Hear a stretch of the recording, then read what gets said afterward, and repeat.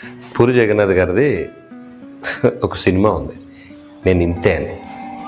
So నాకు ఇష్టమైన director నేను ఇంతే అనే టాపిక్ మీద ఒకసారి మాట్లాడుకుందాం. నేను ఇంతే, చేతగాని వాడిని అయితే కాదు, ఓడిపోయినంతే. పొగరేం లేదు, కనిపిస్తేనే మాట్లాడతా. నచ్చితే కలిసి నడుస్తా, లేకపోతే మళ్ళీ కలుస్తానంట. నేను ఇంతే. నాకు నాతోడు నచ్చుతుంది, సన్నాసిని కాదులే, కానీ ఒక్కడనే ఉండడం ఇష్టం అంతే. కోరికలు ఉన్నాయని మీద పడి లాక్కోను, ఆకలేసిందని అన్నిటికీ అడుక్కోను, అందరికీ అవసరాలు ఉంటాయని తెలుసు అంతే.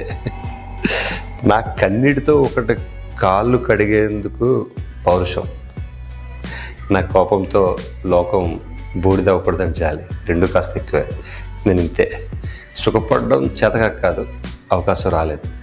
సర్దుకోవడం సరదా కాదు, అలవాటైపోయింది.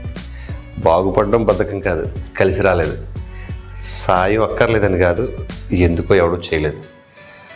నా గుండెకి గాయాలు ఉంటాయి, బయటపడి ఆడడం అంతే.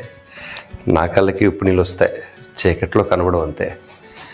నా ఊసుల్ని అందరికీ చెప్పాలని ఉంటుంది, కానీ నా ఊహలకి అందరి ఆమోదంతో పనిలేదు.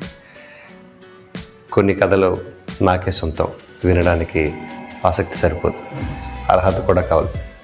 మొండితనం ఇష్టం కాదు, ఎందుకో మరోలా కుదరట్లేదు, ఏమో మరి. నేను ఇంతే. జేబులో బరువు లేకపోయినా నా పరువు నాకుంది.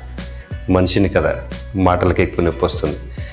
నాకు అడగకుండా సలహాలు ఇచ్చే అంత గొప్ప గుణం లేదు, అందరికీ నచ్చినట్లు జీవించే అంత గొప్ప గుణం కూడా కాదు.